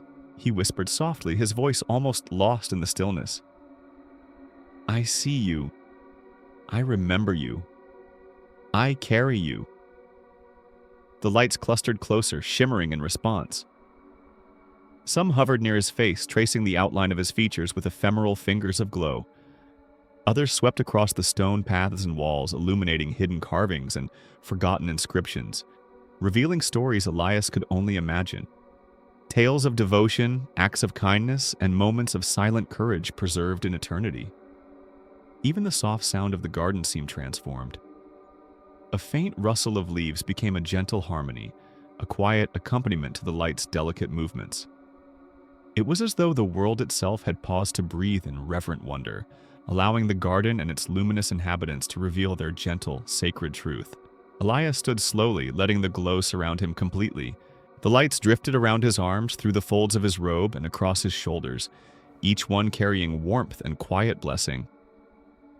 The garden, the lights, and the abbey beyond seemed to merge into a single sanctuary of memory and presence, a place where fear could not reach and calm could flourish. He closed his eyes, breathing in the fragrant air, letting the golden radiance fill him entirely. In that moment, the abbey's garden became more than stone and soil. It became a living tapestry of remembrance, devotion, and quiet, healing wonder. And Elias, small yet luminous, felt the sacred connection threading through him, carrying both the light of the departed and the glow that now lived within him. The garden whispered softly in reply, and Elias exhaled, surrendering to the luminous embrace. He walked slowly among the floating lights, each step a meditation, each heartbeat a hymn. Here in the Garden of Lights, the world felt infinite, tender, and beautifully alive. Elias stood in the center of the garden, surrounded by the gentle, hovering lights. Each one pulsed with warmth and memory, the tiny luminous forms drifting through the mist like living sparks of devotion. The inner flame in his chest felt steady, strong, yet as he looked around, he sensed a new purpose stirring. Something beyond keeping his light for himself. A soft hum rose from the abbey itself, low and rhythmic, like the heartbeat of the building. The stones beneath his feet seemed to vibrate in harmony with the pulse of his inner glow, and the whisper of the lights carried through the arches, brushing past him with tender insistence. One by one, the lights floated closer, brushing him gently as they passed. Each touch was delicate, almost imperceptible, yet it carried a fragment of his own warmth. Elias gasped softly, not in fear but in awe, as he felt the pieces of his inner flame transfer, like threads being woven into the fabric of the world beyond the abbey. With each light that departed, the glow in his chest dimmed slightly, but never entirely. Instead, a subtle sweetness filled him, a quiet satisfaction that the warmth he carried was spreading further than he had ever imagined. The abbey's walls seemed to breathe with him, the heartbeat humming louder, richer, as if the building itself rejoiced in the gentle dispersal of light. The lights rose higher, drifting through the open arches and climbing toward the sky, carrying pieces of Elias's glow. He watched, mesmerized, as they threaded through the mist and disappeared into the world beyond Black Hollow. Each flicker left a trace, a whispered promise that somewhere in distant forests, valleys, and hills, his light would find new places to rest, new hearts to warm. Elias extended his arms, letting the remaining lights brush his hands and shoulders, feeling the tender weight of their touch. His chest no longer carried the full flame alone. It was divided, shared, multiplied. And yet, he felt complete. The act of giving, of sending pieces of his light outward, filled him with a soft, transcendent joy. A gentle breeze stirred the ivy and flowers, lifting petals into the air. The lights danced among them, weaving through the garden in delicate patterns, casting shifting shadows that seemed almost alive. Every movement, every glow was part of a quiet symphony, a hymn of memory, care, and gentle remembrance. Elias whispered softly, a prayer and a farewell all at once. "Take it with you, carry it gently, and let it heal." The lights twinkled in response, a chorus of silent affirmation. He felt their warmth recede from his hands, from his shoulders, from his chest, but the sensation was not loss.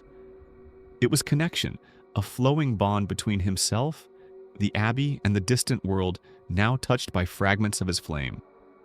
The Abbey's hum deepened, resonating through the floor and walls, vibrating through his body.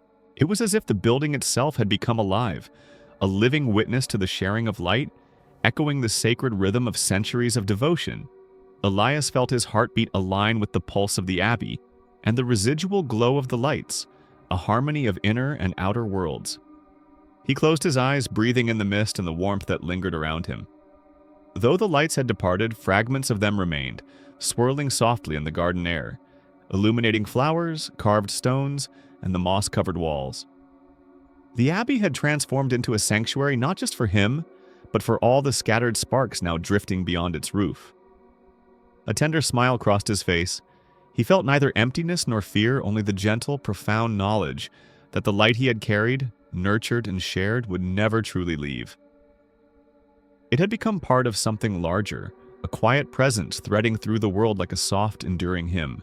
And in the soft, golden hush of the Garden of Lights, Elias felt the Abbey breathe once more. Steady, eternal, and alive. The candle within him had divided, yes, but it had multiplied too, spreading beyond walls and stones, reaching hearts unseen, touching souls unknown. The warmth pulsed in quiet harmony, carrying with it the sacred promise of remembrance, healing, and tender transcendence. Elias exhaled slowly, letting the moment settle over him like a gentle blanket. The Abbey hummed around him, the garden shimmered faintly, and the lights, now distant, flickered like stars that had descended for a single perfect night. He was part of the eternal song, a living echo of care and devotion, carrying within him, and through him, the soft, enduring flame of hope. Decades moved slowly in Black Hollow Abbey, each year folding into the next like pages in a sacred, well-worn manuscript. Time seemed different within these stone walls, measured not in hours or days, but in the quiet rhythm of candles flickering, footsteps echoing, and the soft hum of the Abbey itself. Elias had grown from a boy into a man with the gentle hands of a caretaker, and the quiet presence of someone who had learned to listen to the whispers of both the living and the departed. His hair was streaked with silver, his face etched with lines that spoke of years of devotion, but his inner flame, the one that had divided and spread its warmth through the world, still glowed steadily beneath his chest. He moved through the Abbey in long, deliberate steps, tending to its stone floors, polished pews, and overgrown gardens. Each morning he lit a candle in the chapel, not out of necessity, but as a ritual of remembrance. Connecting the present to centuries past, the tiny flame flickered gently, carrying the warmth of the lives it represented, and he felt the silent chorus of souls, monks, pilgrims, and wanderers, whisper in gratitude with each soft sigh of air through the Abbey. Visitors sometimes arrived, drawn by tales of the mysterious monastery tucked among misty hills. They spoke of an unshakable peace when they entered the ruins, of warmth in the cold stone halls, and a quiet assurance that lingered long after leaving. None saw Elias, and few noticed the faint, pulsing glow beneath his chest. Yet they felt it, a tender light touching hearts unknowingly, a subtle presence threading through the very fabric of the Abbey. He walked the cloisters slowly, his hands brushing ivy-laced walls and worn stone carvings. Each step was deliberate, a meditation, a hymn of quiet service. The Abbey hummed with life, soft, eternal life, its arches and alcoves resonating with memories of devotion, prayers, and gentle care. Elias felt a kinship with every stone, every flickering candle, and every shadow that stretched long across the polished floors. Through the decades, the world outside shifted and changed, Kingdoms rose and fell, wars were fought, and the lands beyond the hills transformed with each passing generation. Yet within Black Hollow, time remained patient and gentle. The inner flame that had first sparked in a frightened boy now glowed steady, carrying the accumulated warmth of countless decades of quiet attention and tender presence. Sometimes Elias would pause in the chapel, listening to the echoes of voices long gone. The soft murmur of the departed, the faint rustle of robes along stone floors, and the delicate sighs of the wind through the cloisters became his companions. Each sound, each movement, wove a tapestry of memory and care, stitching together centuries in a gentle, invisible thread. At night he would walk through the Garden of Lights, now familiar and eternal, watching the faint glimmers of those who had once touched his life. The lights drifted lazily through the air, illuminating carvings, fountains, and ivy-covered walls, carrying the echoes of prayers, kindness, and devotion. And though many of the lights had once carried fragments of his own inner flame into the world, they always returned in spirit, dancing softly around him. A reminder that giving does not diminish but multiplies. Elias had long since stopped counting the years, letting them flow naturally as he tended the abbey. A custodian of memory and a guardian of gentle light, he found solace in the repetition of small tasks. The careful dusting of stone ledges, the polishing of carved wood, the lighting of candles, and the quiet tending of gardens that thrived even in shadow. Every act was imbued with purpose, a silent hymn that connected the living, the departed, and the sacred heartbeat of the abbey itself. Sometimes when the sun tried to pierce the mist outside the abbey, he would pause at the threshold of the nave, watching golden light scatter over the cold stone floors. He felt the hum of the abbey synchronize with the pulse of his own heart, a gentle resonance that carried the essence of all those who had passed through its walls. And in that quiet harmony, he understood that the abbey was alive, not with fear or sorrow, but with memory, devotion, and a tender, enduring hope. And so the years continued, gentle and unbroken. Elias, the boy who had once been afraid of the dark, had become a quiet flame in the world, carrying within him centuries of devotion, light, and care. Visitors would come, unaware of the unseen hand that tended the abbey, yet they would leave with hearts touched by a subtle warmth, feeling a calm that lingered long after the stone doors had closed behind them. In the silence, with the candles flickering and the abbey humming like a heart, Elias exhaled softly, letting the decades of quiet service settle over him like a comforting mantle. The inner flame pulsed gently beneath his chest, steady and unbroken, a quiet witness to lives remembered, souls honored, and a sacred presence that would endure far beyond the limits of time. The stone floors of Black Hollow Abbey were worn smooth beneath Elias's aged feet, the echoes of his steps soft and deliberate. He moved with the careful grace of decades spent in quiet devotion, carrying a small candle in his hand, the last he would ever light. Its wax glimmered faintly, trembling with the faint pulse of his inner flame. He approached the altar, the familiar scent of beeswax, old wood, and damp stone filling the quiet nave. Outside, mist swirled against the windows, yet inside the abbey felt warmer, alive in its own subtle way. Time itself seemed to hesitate, holding its breath in reverence. The air was still and every shadow softened, waiting patiently for what was to come. Elias knelt before the altar, his hands trembling slightly, not with fear, but with the weight of years, the accumulation of memory, and the gentle realization that this moment was both ending and beginning. He lifted the candle, the flame small yet unwavering, a mirror of the steady glow that had lived within him for decades. As he breathed in the still air, a soft presence brushed along his shoulder, invisible yet profoundly comforting. He felt the familiar warmth of the old monks who had once taught him, guided him, and now watched over him. Their presence was a subtle vibration in the stones, a whispered echo in the arches, a gentle caress that spoke of protection, remembrance, and eternal care. He whispered a prayer softly so that the air itself might carry it. Lord, receive this light. Carry it as I have carried it, steady and true. The candle's glow brightened slightly, casting a golden mist across the nave, illuminating the carved faces of saints and angels frozen in stone. Dust motes floated lazily in the light, tracing delicate arcs like dancers moving in a slow, silent ballet. The abbey seemed to breathe with him, a living vessel for memory, devotion, and quiet grace. The light of the candle reached into every corner, softening shadows and revealing details long hidden. The carved ivy on the walls, the worn benches, and the faded tapestries all shimmered in tender acknowledgement. The abbey itself seemed to respond to the moment, vibrating subtly, resonating with the pulse of Elias's inner flame. He felt his heart align with the rhythm of the building, each beat echoing in the arches, a hymn of quiet devotion. The centuries of prayers, whispers, and songs of the departed monks rose around him, layering softly in a delicate harmony that was both familiar and otherworldly. Elias closed his eyes, letting the warmth wash over him, grounding him in the sacred present while connecting him to the past and to the eternal. A soft wind stirred through the nave, carrying the faint scent of the gardens, the flowers, and the misted hills beyond the abbey walls. It brushed against his face like a gentle whisper, a reminder that life, memory, and devotion were never truly separate.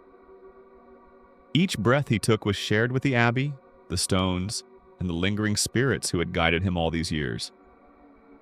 Elias lifted the candle slightly higher, and in that small, deliberate gesture, he felt the final threads of his inner flame extend outward. The light pulsed softly, spreading into the corners of the abbey, touching every carved figure, every shadow, every inch of stone. The warmth seemed to deepen, as if the abbey itself exhaled, carrying the candlelight into the unseen world beyond the walls. The monk's presence pressed gently against him, not as a weight, but as a reassurance.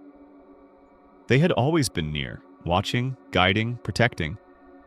He could feel their quiet smiles, their subtle nods, and the serene strength of countless years of devotion. He whispered once more, a final vow of care and remembrance. May this light endure as we have endured. May it carry peace wherever it travels. For a moment, the abbey was suspended in a golden hush. The stone walls glowed faintly, the arches shimmered, and the nave pulsed like a living heart. Time seemed to bow, bending gently around the candle, around Elias, around the echoes of every soul that had ever called this place sacred. He exhaled slowly, letting the feeling settle deep into him. His hands relaxed, the candle flickered, and he felt a profound calm, a reverent completeness that transcended fear, doubt, or loneliness. The abbey held him tenderly, the monk's unseen presence wrapping around him like a soft, enduring blanket. Elias lowered the candle to the altar, letting the glow settle there, steady and unwavering. In that quiet, suspended moment, he knew that the work of a lifetime, years of service, devotion, and light, was complete. Yet it was not an ending. The flame would continue, carried through memory, through the abbey, and through the hearts of those who entered, touched by the quiet, enduring glow of a lifetime spent in gentle vigilance.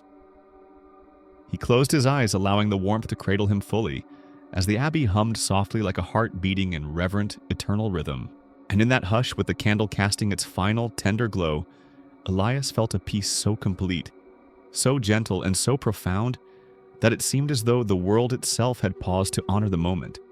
Elias lay in the quiet chamber adjoining the chapel, the abbey cloaked in soft shadows and the lingering warmth of candlelight. His breath was slow, steady, and measured, each exhale a gentle rhythm that matched the heartbeat of the stones beneath him.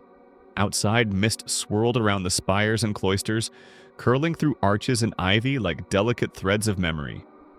The candle he had tended for decades flickered beside him, small yet radiant, its golden glow steady and unwavering. It had witnessed years of quiet service, centuries of devotion woven into the fabric of Black Hollow Abbey, and the soft pulse of his inner flame. Now, in the final moments of his life, the candle became more than a flame. It was a living witness, a vessel of warmth, memory, and enduring care. Elias felt the presence of the departed monks surrounding him, as he always had. Yet now it was different. They hovered closer, not as shadows or whispers, but as gentle currents of warmth, filling the chamber with a calm reverence. Their unseen hands brushed lightly against him, as if to guide him onward, to reassure him that the years of devotion, the prayers, the quiet tending of light had all been seen, remembered, and cherished. He exhaled slowly, feeling the weight of his years lift as though carried away by the soft wind drifting through the open windows. His eyes closed, not in fear, but in the profound trust of one who had lived fully in the gentle glow of memory and care. The candle beside him burned steadily, casting a golden shimmer across the room, illuminating carvings, stone walls, and the delicate haze of mist that had seeped in from the night. And then, as if in answer to the life that had nurtured it, the candle flickered once, split into two separate flames, and began to rise. They floated upward, weightless and tender, moving through the chamber, into the nave, and finally through the open roof of the abbey. Elias's final breath left him as the flames drifted higher, carrying with them the warmth of his heart, the devotion of decades, and the soft glow that had long illuminated Black Hollow. Outside, the night sky embraced the twin flames. They hovered for a moment, gentle and golden like twin stars newly born, casting light across the mist-shrouded hills. In their glow, the abbey seemed to sigh, a deep and tender hum vibrating through stone and ivy, through memories etched into every corner. The pulse of the building, steady and eternal, matched the lingering warmth of Elias's inner flame. For those who had come to Black Hollow seeking peace, a calmness lingered in the air, as though carried by the twin lights drifting through the night. Every footstep on stone floors, every whisper of the wind, every echo of distant bells resonated with the memory of a life spent tending light, caring for souls and keeping vigil over both the living and the departed. And somewhere in the hollow, the faintest glow remained, tender, enduring, infinite. The candle, now divided yet whole, continued to burn for those who needed it, for those who sought comfort, for anyone willing to pause and listen to the hush of the world. A voice soft and distant seemed to carry on the night wind, the gentle whisper of a narrator guiding the listener into a final moment of peace. And somewhere in the hollow, a candle still burns. For you. The air settled. A slow exhale of wind passed through the abbey, lifting mist and petals alike. From afar, a bell tolled once, low and steady, its resonance lingering long after the strike. The twin flames continued their ascent, small points of golden warmth against the velvet night sky, drifting across hills, rivers, and forests, touching hearts unseen, carrying the legacy of care and devotion far beyond the stones of Black Hollow. Below, the abbey hummed softly, an eternal heartbeat of light and memory. The twin flames pulsed gently, a rhythm that seemed to echo the listener's own breath. And as the night deepened, the wind softened, the distant bell faded, and a steady, serene breathing rhythm emerged. Slow, deliberate, and comforting. The story had reached its gentle conclusion. The twin lights floated silently across the misty hills, carrying fragments of a boy's heart, a man's devotion, and a lifetime of luminous care. Their passage left an aftertaste of awe, calm, and quiet acceptance, a tender reassurance that life, memory, and love endure, even when forms vanish and voices fall silent. For those listening, the world now seemed softer, safer, and more tender. The gentle pulse of light, the echo of care, the presence of the abbey, and the soft touch of wind and bell prepared the mind for rest.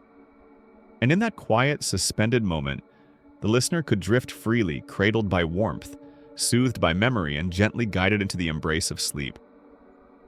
Somewhere just beyond the hills and mist, the twin flames shimmered softly against the night sky. And as the last words lingered, carried on the hush of air and imagination, the story whispered its final promise, that in every heart a candle can remain, eternal, tender, and alive. The lights flickered once more, golden and eternal, as the abbey exhaled its last breath of the night, and in that sacred hush the listener could finally close their eyes, letting the warmth settle, letting the calm descend, letting sleep, deep, gentle, and healing, carry them away.